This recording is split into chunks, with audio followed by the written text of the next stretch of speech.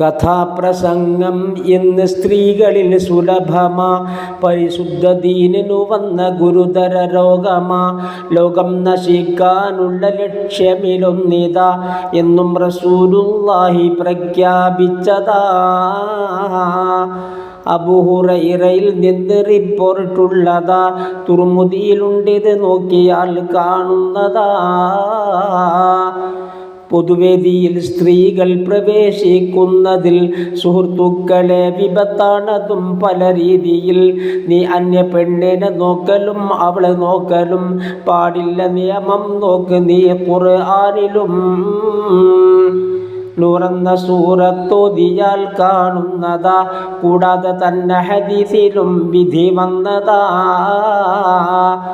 കണ്ണിൻ്റെ സിനയാ നോട്ടമെന്ന് ഹദീസ് അതിൽ പറയുന്നതായി കാണാം ബുഖാരി മുസ്ലിമിൽ. ഇതുപോലെയുള്ള നിഷിദ്ധ നോട്ടം കൊണ്ട് ഈമാന് കേട് വരുന്നതിനിടയുണ്ട്. നോക്കുന്നവൻ ഭയക്കേണ്ടതാണേ മരണമിൽ ഈമാന്റെ കാര്യം എന്ന് റൗദുൽ ഫായിഖിൽ. മരിക്കുന്ന സമയം കാക്കണേ ഈമാനനാ. ഇളകാതെ തന്നുറപ്പിക്കണേ റഹ്മാനനാ. അവൾക്കുള്ള ജഡമിൽ സിംഹഭാഗവും നഗ്നമാ.